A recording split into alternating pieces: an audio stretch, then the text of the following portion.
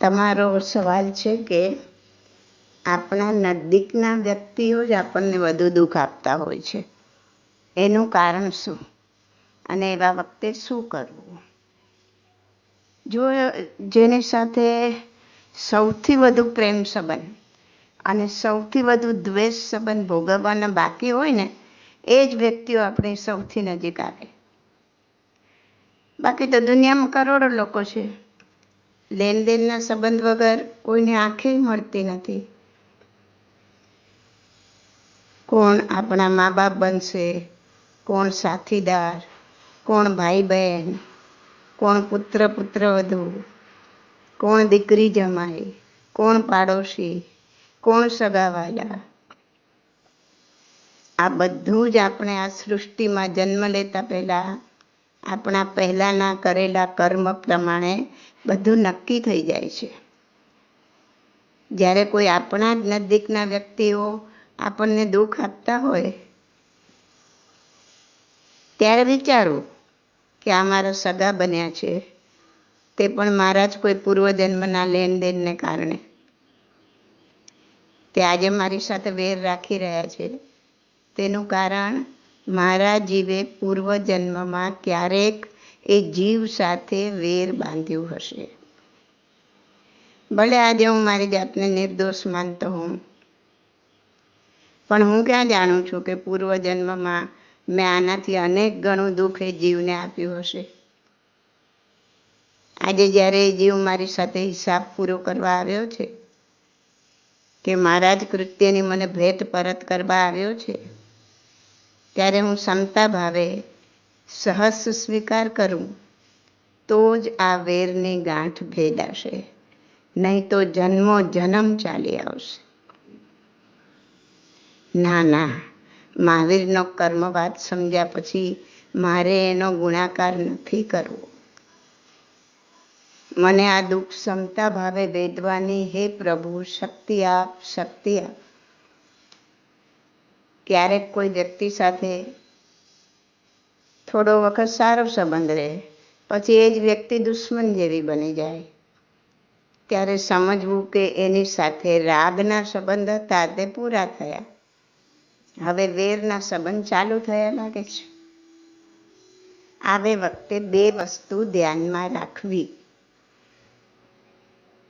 એક તો રાગના સંબંધ ઉદયમાં હોય ત્યારે ખૂબ ખુશ ન થઈ જવું, અહંકાર ન કરવો, રાગને ટકાવી રાખવા કાવા દાવા ન કરવા, તો પછી રાગના કર્મોના ગુણાકાર થઈ જાય.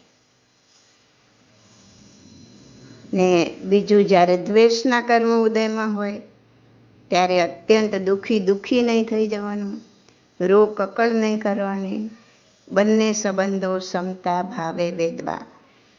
વિચારવાનું કે રાગ પણ કાયમ રહેવાનો નથી, દ્વેષ પણ કાયમ રહેવાનો નથી. કાચના વાસણ જેવા માનવીના મનનો શું ભરોસો?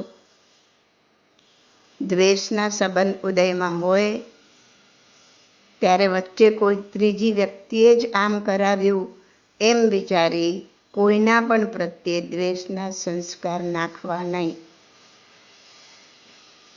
ત્રીજી વ્યક્તિને તો હંમેશા નિમિત્ત તરીકે જ જોવી, નિમિત્તને બચકા ભરવા નહીં. મારા નસીબમાં આમ બનવાનું જ હતું, માટે જ આ વ્યક્તિ આમાં નિમિત્ત બની છે, એમ વિચારીને જે બન્યું છે તે બધું જ સ્વીકાર, હસતે મોઢે સ્વીકાર. આવે વખતે મહાપુરુષોનું જીવન યાદ કરવું. ખુદ મહાવીર ભગવાનને એમના દીકરીને જમાઈએ જ એમની વિરુદ્ધમાં હતા કે નહીં? તો શું મહાવીરે એના પર રોષ કર્યો? ને જો રોષ કર્યો હોત તો તે મહાવીર બની શકત? તમારા નજીકના સગાને જ તમને ખરાબ ચિતરવામાં વધુ રસ હોય છે, દૂરનાને તો શું પડી હોય? પાર્શ્વનાથ ભગવાનને એમનો સગ્ગો ભાઈનો જીવ 8 ભવ સુધી એમને મારવા વાળો બન્યો. એક નાની સરખી વેરની ગાંઠ કેટલું મોટું વૃક્ષ બન્યું. ગાંધીજીને આખી દુનિયા માન આપે છે, તેમનો ખુદનો દીકરો જ એમની વિરુદ્ધમાં હતો. ઈસુ ખ્રિસ્તને ખિલ્લા ઠોકવાવાળા એમના જ માણસો હતા. આ બધાનો વિચાર કરી મનને સમજાવું કે કસોટી તો સોનાની જ હોય, પિત્તળની ન હોય.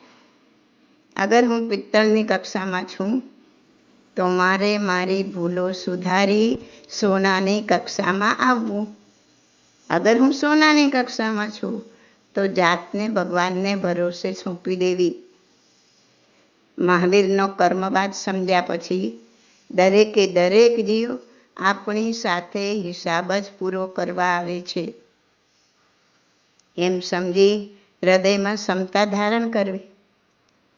છતાં પણ આ જીવ કરોડો વર્ષોના સંસ્કાર સાથે લઈને આવ્યો છે. એને કારણે કદાચ તે વ્યક્તિ ઉપર કે નિમિત્ત ઉપર ખૂબ દુઃખ કે દ્વેષ પણ થઈ જાય. છતાં બને એટલા જલ્દી ભાનમાં આવી જઈ હૃદયથી દુશ્મનની પણ ક્ષમા માંગી લેવી. બને તેટલું આત્મભાવમાં લીન થવું. તેથી કર્મ વેદાશે. આ પ્રશ્નોત્તર રત્નમાળા ભાગ 1 એનો 345મો સવાલનો આ જવાબ છે. આ પુસ્તક વસાવો અને વાંચો.